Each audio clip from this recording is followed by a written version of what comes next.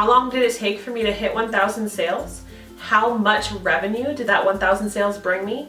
Today, I'm sharing all of that, plus how you can repeat that process super fast. Hey guys, welcome back to Confessions of a Girl Boss. My name is Chrissy and I help women turn their passion into their business.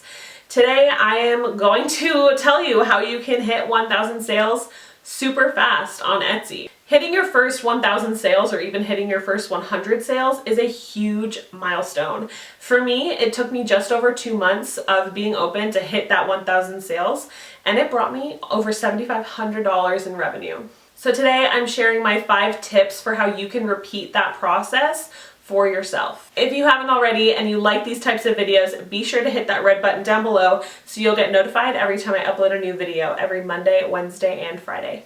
Okay, let's get right into the tips. So tip number 1 is to create an Etsy storefront that's memorable. So you want to make sure that all of the spaces that Etsy provides you are filled out. So this goes for your header, your shop logo, your personal profile logo, because that also shows on your shop front, your announcements. You want to make sure your photos are super clear and bright and inviting. You want to make sure your descriptions are filled out, your policies, your frequently asked questions, your return policies. You want to make sure all of this stuff is in there so it gives buyers the confidence that they're shopping with somebody legitimate rather with just like a computer. Tip number 2 is to make sure your photos pop. So like I said in the first tip, you want to make sure that your photos are bright and clear and the colors are great, but you also want to make sure that you're showing all of the different aspects of the products that you're selling. Etsy allows 10 photos per product, so you want to make sure you're using as many of those slots as you possibly can. So if you can't think of different ways to show off your product, you could show your product in use, show different angles of your product, show close-ups of your product. You could show all the different variations that you might provide. If you provide gift wrapping, you can show how you're going to gift wrap. You can show examples of your product packaging.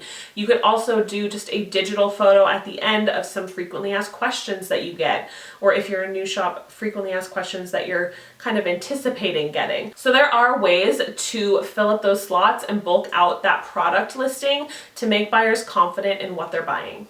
Tip number 3 is to make sure your SEO and product attributes are on point.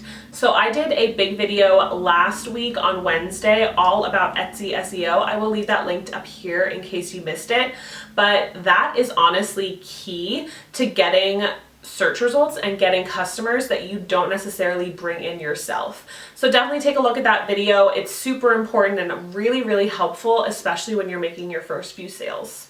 My tip number 4 is honestly to hop on bandwagons. Now, when I was making planner stickers, there was so many times when I just didn't want to hop on bandwagons because they just kind of bugged me. But I'm not gonna lie, there was a lot of times when I regretted not hopping on those bandwagons because I did lose out on a lot of sales.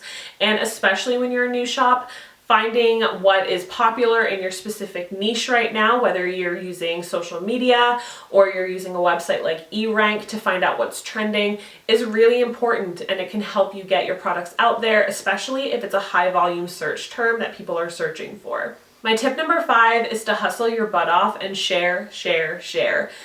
And by sharing, I don't mean be spammy. Like, don't go message people on Instagram and tell them about your awesome new product, because that is a really easy way for me to never reply to your message. I'm just telling you that. But definitely use social media to your advantage, especially if you have a following already. Even if you don't, use hashtags on Instagram, use Facebook groups that are related to your niche as long as you're following their guidelines. But you want to share your products and get your name out there so people know that you exist. So those are my 5 tips for hitting 1,000 sales fast. So if you have any other tips or any other suggestions, if you've hit 1,000 sales and you have other suggestions for anybody, leave them in the comment down below. But I hope that these tips were helpful for you. Let me know if you implement any of them. Let me know where you are in your Etsy journey. I would love to know. Like I said, if you haven't already, be sure to hit that red button down below or my face right here so that you are notified when I upload a new video. And I will see you in my next one. Bye.